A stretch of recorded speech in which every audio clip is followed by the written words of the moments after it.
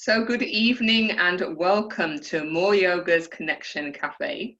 This series is called Yoga Journeys. My name is Yvonne and I am a restorative and hatha yoga teacher with More Yoga.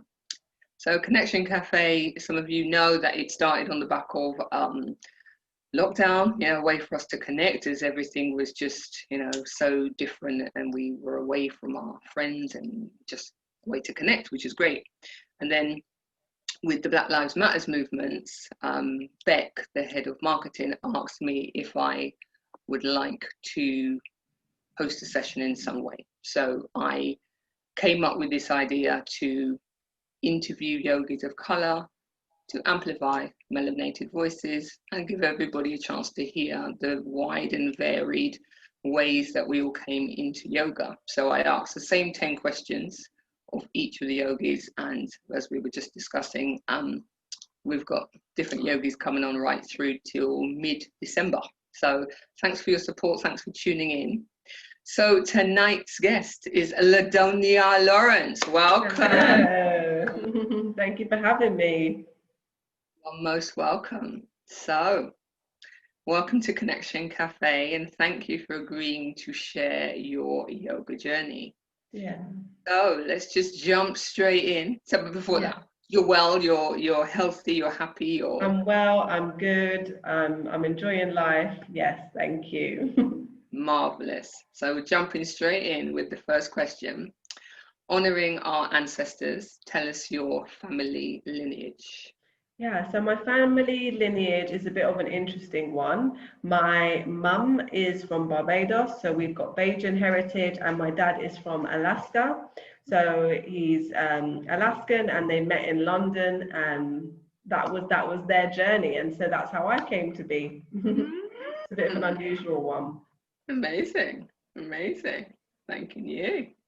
So when, where, and with whom was your first yoga class?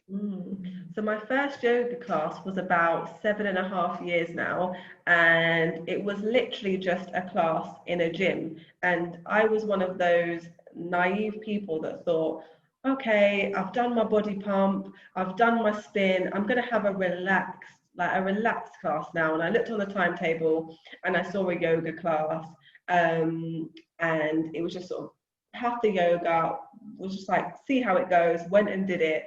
And then literally like worked muscles that I never knew I had, sweating parts of my body that I never knew I had. And literally I was sweating more than I had sweated in the spin class. But I caught the bug, and then I kept on going back. And then that was really the start of my yoga journey. How long ago was that? 7 years ago, you said? Yeah, 7 years ago, I think. Amazing. Yeah. It's interesting you say it was in the gym, because my first yoga class was in the gym. Yeah, I think it's quite common, isn't it? It's like that entry point. I was just pumping weights and not really like doing anything else, and was curious of what was going on in that room over there. But hey, now I know.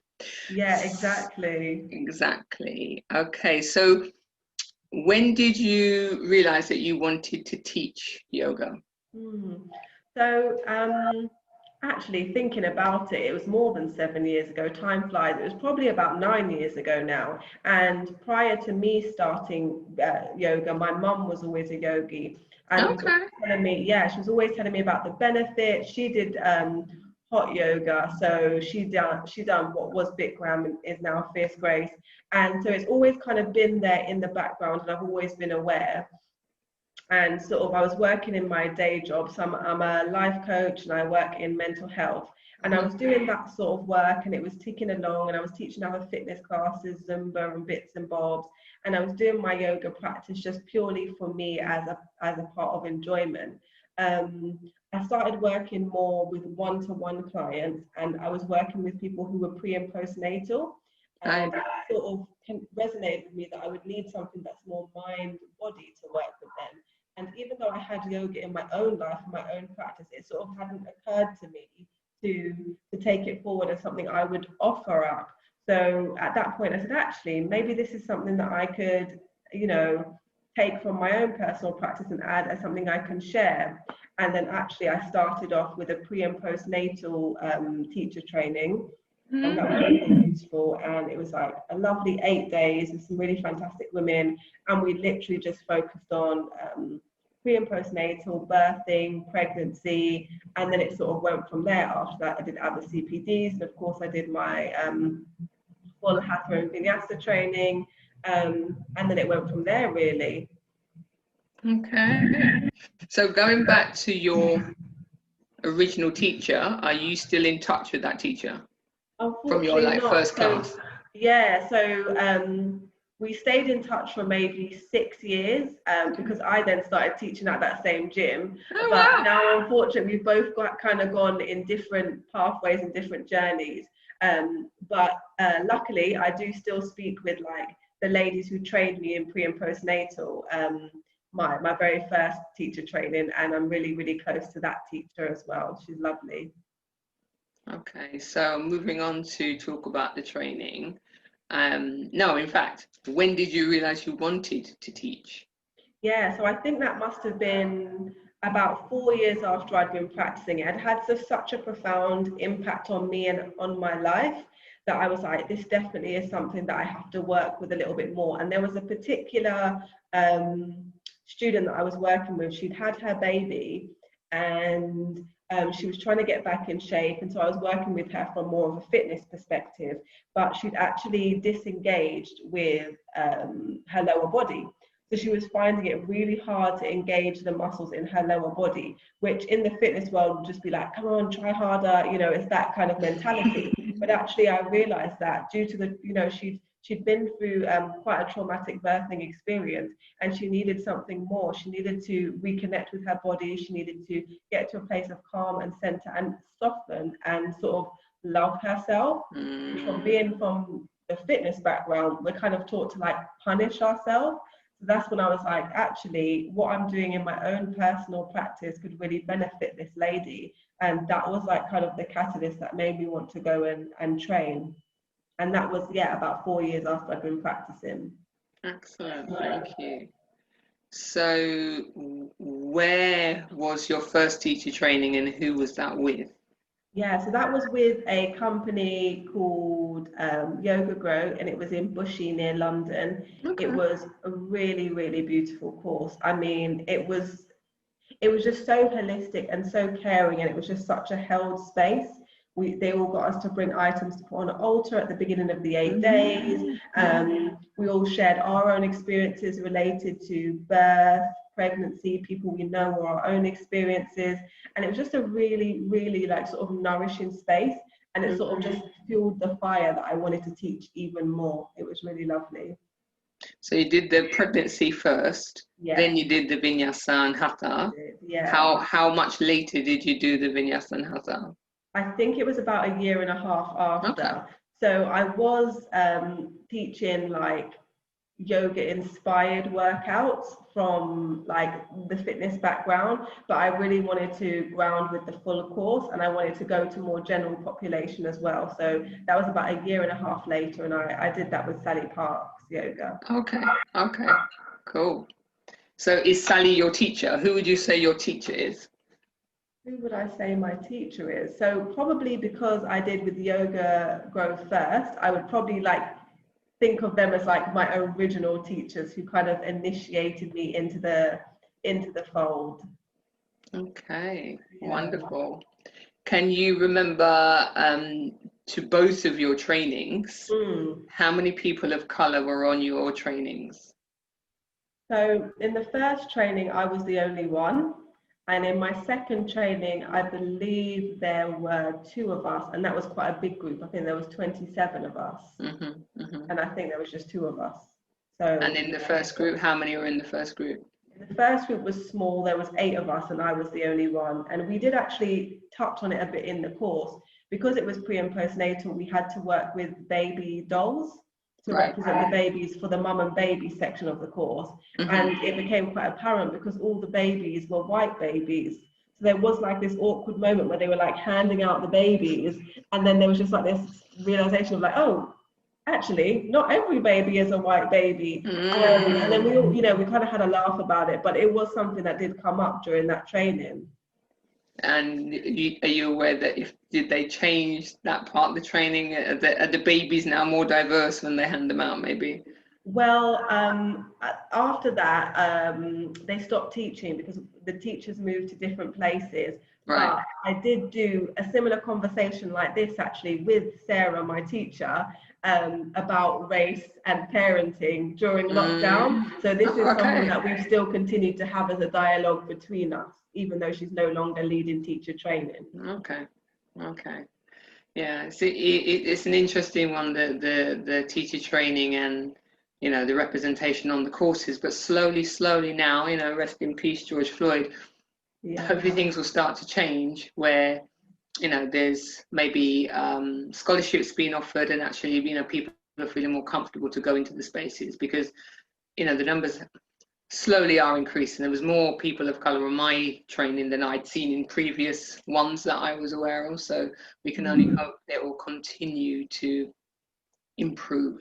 I think so. And I actually don't teach any classes at the moment, or really in general in studios. The majority of my classes have been in community settings. So either classes that I've set up or classes that have been funded by Sport England and things like that. And the class that I've been teaching of yoga for the longest, it was in a library and it was funded, it was £3. And that class was really, really diverse. And I did get a lot of feedback like, oh my gosh, you know, a teacher of colour or a black teacher, I didn't think there were black teachers, I didn't think we could do yoga. So I think as well that representation definitely like does make an impact for future people to feel comfortable and safe to explore yoga. Absolutely. And do you think that the settings, rather than like, you know, a boutique studio, is again more appealing maybe for people to feel comfortable to come in? Yeah, I think that's a big thing as well, because I myself have had experiences where I've felt uncomfortable in certain studios, or I've had specific comments and things like that. And so I think if it's a more inclusive space, you're just generally going to end up getting a wider variety of people. So it's just really important to make sure that we're not being exclusive with our spaces, with the locations, with how it looks, with the marketing, all the things that we kind of know about, but that are still a problem at this moment. Okay. And you mentioned Sport England funding. I know I'm slightly digressing from some of the questions, but because of some of what you're sharing, it sounds so very interested. I want to kind of pick out a bit more. So can you share with us a bit more about the Sport England funding that you mentioned?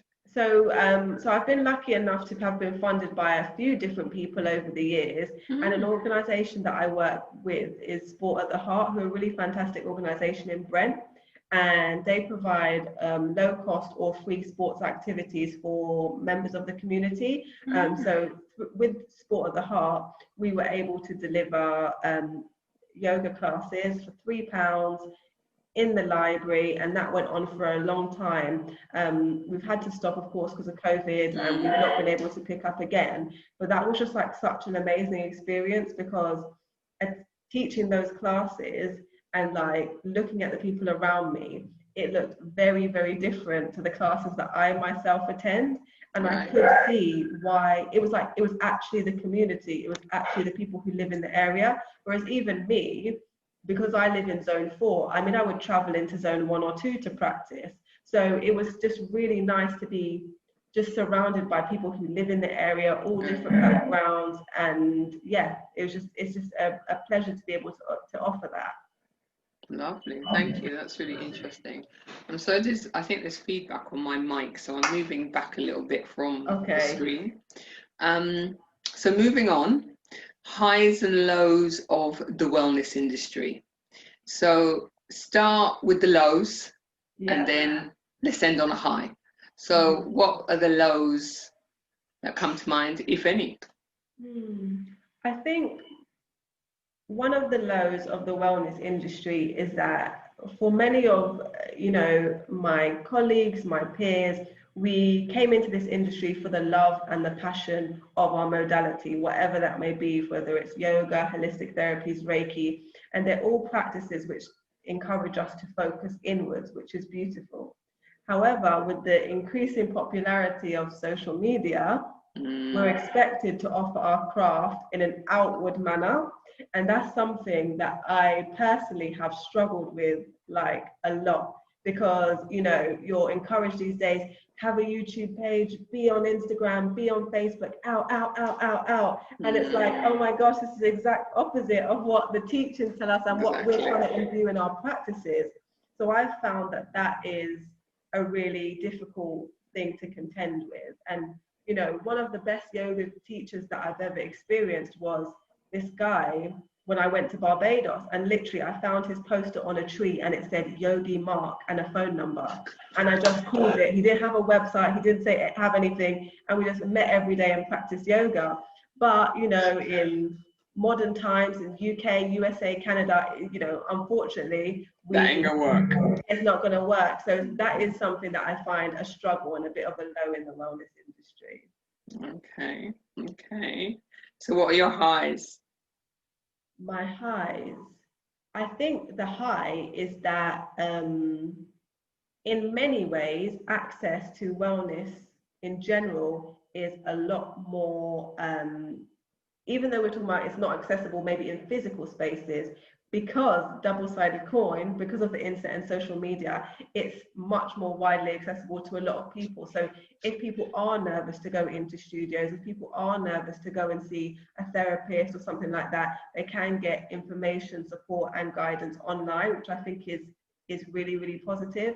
For example, teaching during lockdown, my dad joined my classes, and that, yeah, and I mean, like, he's a big 6'3" Alaskan guy. That is not something that he would have done before. I've been telling him for years to try it. No, but that barrier through Zoom was like, okay, I can give this a try. You know, if I really need to, I can turn my camera off. But he never did, and you know, now he's got his own mat, and you know, he's just amazing. Yoga life. Yeah. Is he converted? Have you converted your father? He's converted. Amazing. That's great. Really great. Cool. So what got you through lockdown? What got me through lockdown? Okay, of course, yoga. It got me through lockdown, and movement in general. So a lot of dancing, a lot of online courses. Walking was really therapy for me, because we were allowed to exercise outside.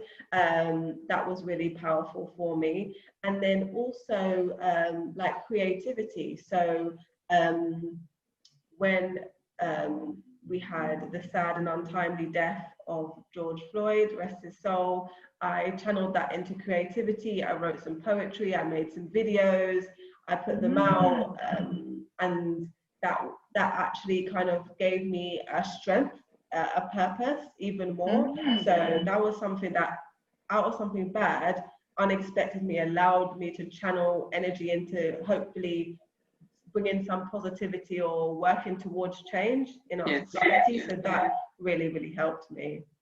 Have you had any of your poetry published?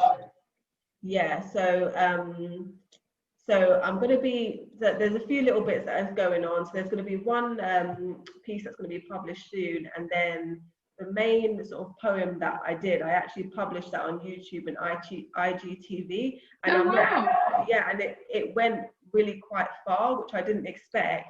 But I just I felt like at this time, this is the time to speak. It's always felt very unsafe to speak on these issues. I think with it being locked down and everyone open and receptive to consuming, and also the anger and tension that was boiling up, it felt like this is the time now, get this out now. And so I sort of, you know, use that platform.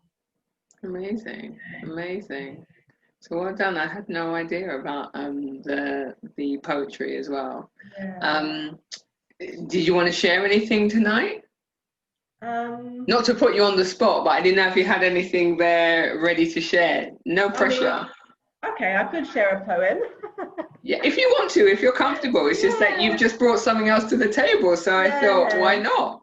Okay, why not? I'll it won't be about BLM probably. Whatever you're drawn to. If you want, we can finish the questions. If you want, you can do it at the end, so you've got time to think which one you want to I'll do it at the on. end. I have one that I'm thinking about. I'll do it at the end. Yes, that'd be amazing. So what? Yeah, how exciting. Woo! We didn't talk about that, so it's great. We didn't, actually. Nice surprise. Lovely. Okay, so coming back to the set questions, you know, George Floyd, may rest in peace. How many did you notice? Did you get many new followers as people diversified their feed?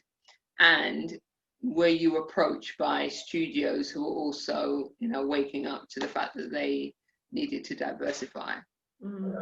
I did get a lot of new followers during that time. I mean, it was quite an influx. It was very like, wow, like who are all these people? A lot of my content was getting reshared, people I didn't even know, which was really positive. Of course, you hope that they stay and still want to engage in that conversation rather than, you know, being on the buzz for the moment. I did get a lot. I didn't get approached by any studios actually, but what I did get approached by was I did a project with some filmmakers on doing a spoken word workshop with some young people around Black Lives Matter.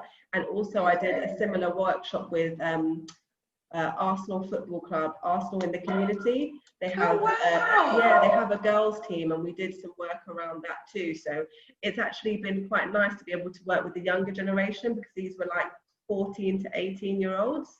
Okay, so what, that the was youth the kind team? of direction it went. Yeah, what, exactly. The girls' youth team? They're the community team, so they're like, amazing. Yeah, just girls that play for fun, basically, but through Arsenal.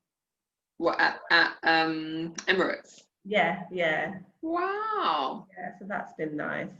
Excellent. Are you doing any ongoing work with them, or was that just? Yeah, we've been doing work all through lockdown every Saturday, so it's been really lovely. We've been doing loads of different things. We've been looking at that. We've been looking at body image. We've been looking at mental health, stress. I've been doing yoga and meditation with them. So we've been basically covering the wellness spectrum. Amazing. Well done, you. Thank you. Okay, and yeah, that's really great, because again, it's like sharing stuff with the youth of today coming up. So that's a great opportunity. Thank you for that. So now coming towards the end, before we have an unexpected poem as well. So what does the rest of 2020 look like for you? What you got coming up? What's in the diary? What you're excited about? Not excited about?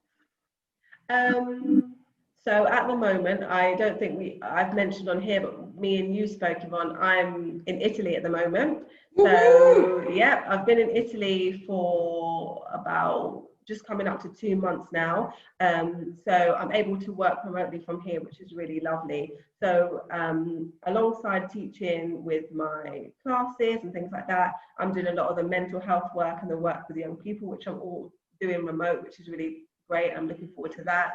Running a yoga course, which will start from next week, and also I'm just developing some mind-body packages for my business. So that's the kind of little project I'm working on at the moment. So lots of things that I'm looking forward to, mainly just sort of getting my head down and keeping on working, because even though lockdown has been, you know, so devastating in so many ways, and we've had so much loss and grief, at the same time, loads of people in my life have had like awakenings and opportunities to like realize what's important to them. And I feel that I've had that also. Of course, it's been hard, and I've missed my family and friends, and there has been difficulties, but there has been so much beauty in terms of like having conversations like this, releasing poetry about race and diversity, having conversations with young people about issues maybe they would have been scared to bring forward. So I'm just excited to just keep that energy going, really. Amazing. So tell us about the yoga course. When you say you got a yoga course starting, what's the course? So it's just I call it yoga fusion, because basically we do our traditional asana, but I might throw in something else, a bit of movement, or other body somatic practices. And yeah, I run those like monthly, but I took a little break for summer, and I'm starting up again next Thursday. So I run those. So I'm looking forward to starting that up again. Amazing. All via Zoom. All via Zoom for now. Yeah, it just proves the point. You know, Zoom is like just so powerful, and you're still doing your mental health job I from am. Italy. Yes, So exactly. working from home takes on a whole new meaning, right? It really, really does. But I think Zoom brings something to you, like seeing other people's faces, like practicing on Zoom is so, it is connecting, like as opposed to say, you know, when you do a YouTube video, that's wonderful as well. But there's something so lovely about seeing the teacher and the other students and just knowing that people are practicing with you at the same time. Great, great. Okay. So any final thoughts, comments, anything you want to share before you decide which poem you're going to recite to us? Yeah, Any final words? Yeah, I think my final words are just that, you know, I really feel like with this lockdown, that phrase like where there's dark, there's light, and I just want us as yogis, we have that light within us to just try and keep holding on to that light to bring forth whatever we can birth during this time, because there is a major sort of global shift at the moment, and we are the kind of people that are holding that space for that. So I think we should go with it. Wonderful. Thank you so much. No problem. So, what poem are you going to share? I'm super excited. Let me have a moment. Okay. And actually, while you do that, we can see if there are any questions. So, thank you guys for tuning in once again. So, if you would like to ask Lildonia a question, please either put it in chat box, or if you'd like to, you can unmute and ask the question directly. Otherwise, we'll just sit quietly and wait for a poem. But yeah, feel free to ask any questions, anything you want to know more about. Do please ask away. Okay. I do have my poem, so I'm happy whenever you're ready. Okay, we'll give it another few seconds. Okay. See if anybody has a question. Maybe not. Okay, we'll go for the poem. Thank you so much. Okay, this is very unexpected, but thank you for receiving this poem. So this poem is called Scar Tissue. Okay, so I touch you. Run my fingers over your ridges and nodules. You are tight, uncomfortable, rigid and unmoving. You cause me pain sometimes sharp, sometimes acute, sometimes dull. Other times I almost forget you're there. My life moves on, almost as if it never happened. And then you're back again in an instant. A wrong move, a sharp turn, and flashing pain sears through you, burning me, reminding me of who you are, reminding me of who I am. But something's changed. I hear a message. I decide to embrace you, love you, learn you, work with you. My oily hands slide over you, caressing you, working out the knots, releasing the tension, reliving your story, remembering that you've been hurt too. And day by day, with each stroke, each caress, you grow softer, more responsive. You yield to my love. You tell me you're here for me, here to protect me. Had you not entered my life, I would have not healed. And so I love you, accept you, and embrace your wisdom. Open to my scars and moving forward on my path. Ooh, amazing. Thank you so much. No wow. Look, you're getting claps. Thank you. Amazing. Thank you so much, Lildonia. No, thank you for having me, and lovely to see everyone else who's here as well. Oh, the title of the poem was called Scar Tissue, and I wrote it after having gynae surgery, actually, and just learning to love my body, my womb, my yin energy, and just embracing that scar tissue as a part of me. Thank you. Oh, wonderful. When did you write it? So I wrote it about 3 years ago. Amazing. So a note from Amanda says, that was beautiful. Thanks for sharing your story, Lildonia. Oh, wow. So, guys, any one and all, try not to say guys, are there any other questions? Otherwise, we'll let this beautiful lady go off into the Italian night. You're very welcome, Sam. Thank you for, thank you. You're most welcome. And one question, maybe two. Go for it, Emma.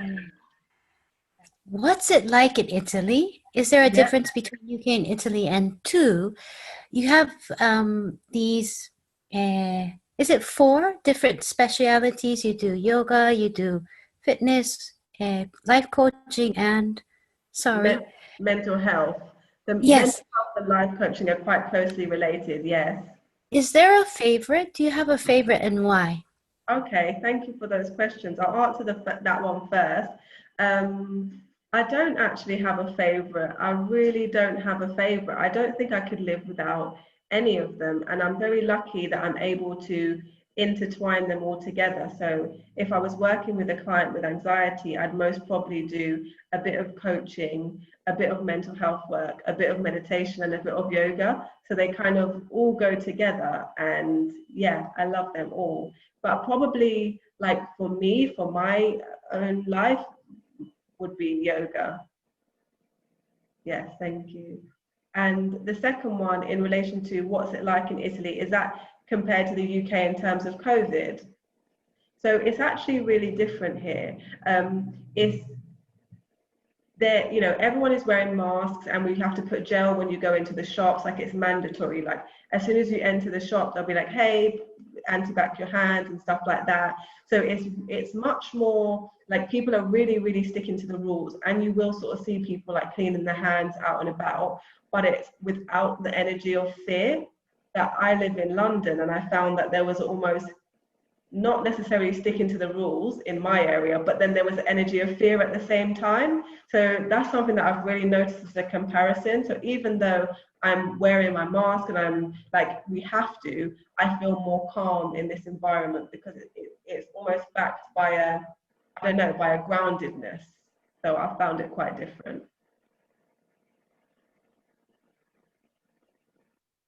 Thank you, Lildonia. Thank you. No problem. What I meant about Italy, thanks for explaining COVID, Okay. because I plan to go to holiday, fingers crossed, to Italy in November. Yeah. But who knows with the numbers rising in the UK. But I wondered, do you feel that yoga is different in Italy versus UK? I guess the students that come to your class, if it's in person, is okay.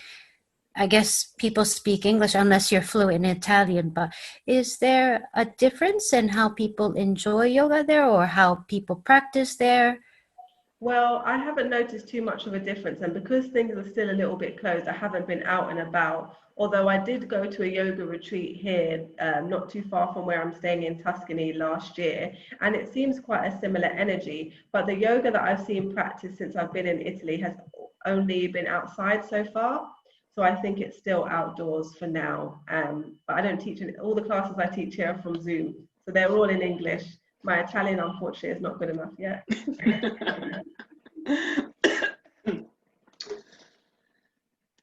One and all, lovely audience, are there any questions for our lovely guest? Otherwise, I will thank you all for coming once again and wish you all a wonderful rest of evening and a great week ahead. And I hope you can tune in again on 5th of October, where the next Yogi of Colour will be Donna Noble. So Body Positive Yoga, she co-founded the Noir Fit Fest that just happened at the weekend. So that's our next yogi. You can see all the names up until mid-December on the More Yoga Connection Cafe page. So thank you so much. And Lildonia, thank you so much. Thank you everyone. And it would be lovely to connect with you. I'm on Instagram. There's no other Lildonia. I'm the only one that has my name, so it'll be easy to find me if you wish. Thank you, everyone. Amazing. Cheers. Take care. Bye. Bye-bye. Bye. Have a great evening. Take Thank care. you. Bye-bye.